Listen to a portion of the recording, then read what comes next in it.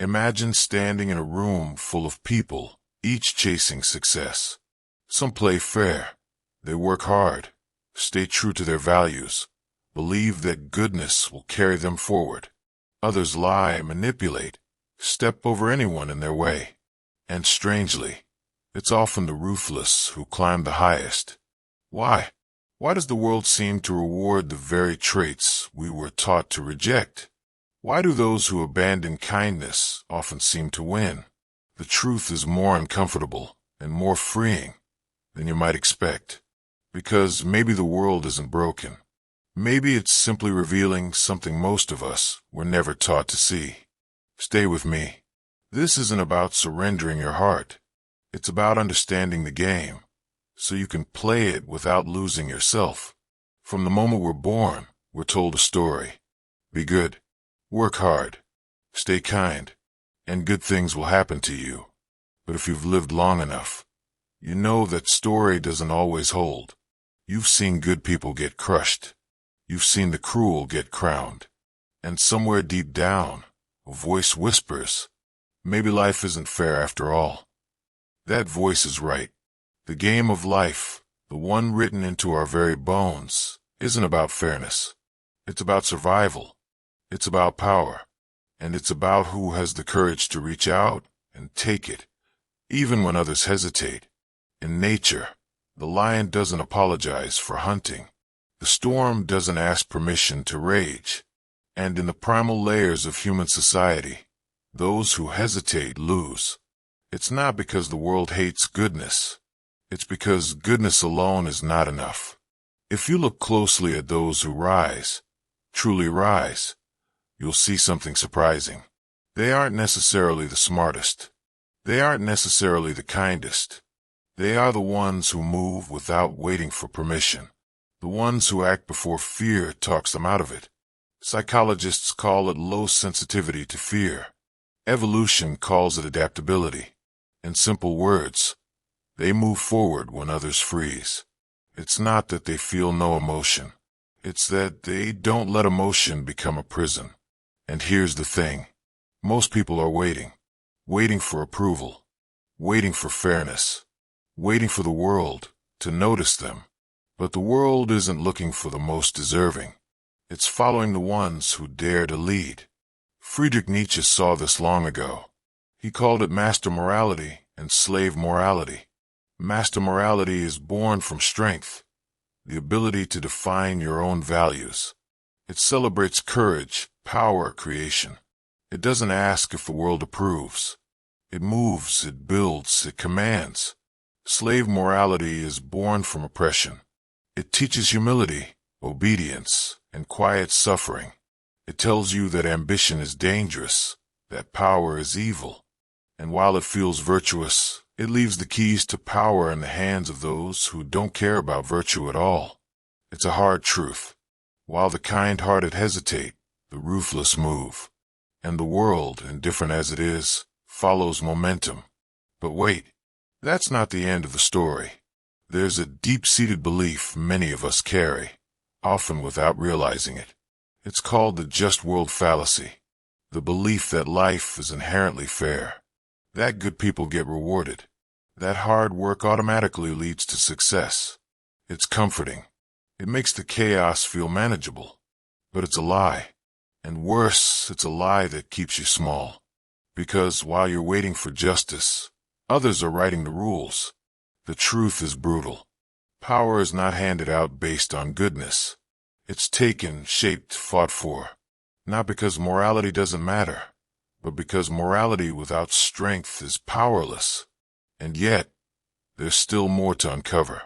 Because ruthless people rise, but they rarely stay at the top. Ruthlessness can get you to the top, but it rarely keeps you there.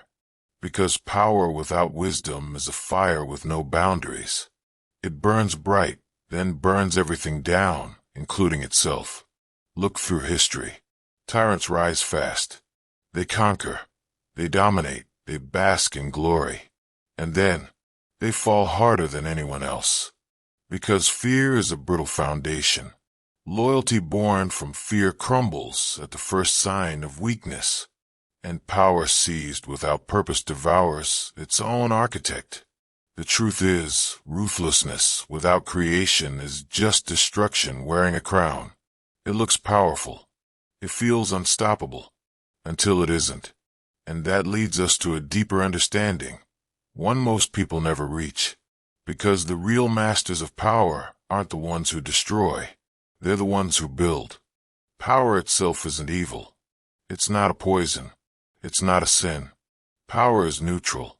A tool. A force. Like fire. It can warm or it can burn. It can illuminate a dark world or consume it entirely. Those who misunderstand power, who see it only as dominance over others, eventually become slaves to it. Their ego grows. Their vision narrows. And the very strength that carried them upward becomes the weight that drags them down. But those who master power differently, who understand it as the ability to create, to overcome, to shape meaning, they play a different game, a longer game, an infinite game, because their power isn't borrowed from fear or stolen through deceit. It's forged from within. And it brings us to one of the most misunderstood ideas in philosophy. Friedrich Nietzsche spoke of the Übermensch, the one who rises above the herd, above the illusions, above the chains. The Übermensch doesn't dominate others for sport. They don't seek validation. They don't need to be feared or worshipped. They create. They transform. They become. While others are trapped by fear of judgment, fear of failure, fear of loss. The Übermensch moves freely, not because they are cruel, but because they are unshackled. At the heart of it all is the will to power, not the will to control others, but the will to surpass oneself, to break free from inherited beliefs, to carve a life that is authentic, bold, and unapologetically alive. The Übermensch doesn't wait for the world to bless them. They bless themselves. They become a blessing to the world by becoming fully, fiercely themselves. But this path is not for the faint-hearted, because it demands something most people are terrified to give: responsibility for your own destiny. So how do you compete in a world that rewards ruthlessness without becoming hollow? You learn the game, you master the rules, and then you choose to play on your own terms. First, abandon the illusion of fairness, not with bitterness, but with clarity. The world isn't fair. It's competitive, chaotic, beautiful, brutal. It always has been. If you waste your life waiting for it to reward virtue, you will miss your chance to create something extraordinary. Second, strengthen your inner power. Most people are ruled by fear. Fear of loss, fear of rejection, fear of standing alone. But when you cultivate strength from within, when you trust yourself more than the opinions of strangers, you move differently. You take risks others shy away from. You walk paths others fear to tread.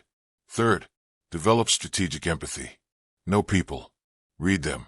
Understand their motives, without hating them, without fearing them. See clearly. Move wisely. Empathy doesn't mean becoming weak. It means seeing the full chessboard and knowing exactly how to move. Fourth, create value. Real power doesn't come from domination. It comes from creation. From building something that didn't exist before you touched it, whether it's a business, a movement, an idea, or a personal transformation. When you create, you become indispensable. You don't have to beg for power. You become the source of it. A final reflection. The world is not fair, and it never promised to be. But that doesn't mean you have to become ruthless to survive. It doesn't mean you have to betray your heart. You are not limited to the choice between victimhood and cruelty. There's a third path. The path of strength without hatred. The path of strategy without corruption. The path of becoming, not just surviving.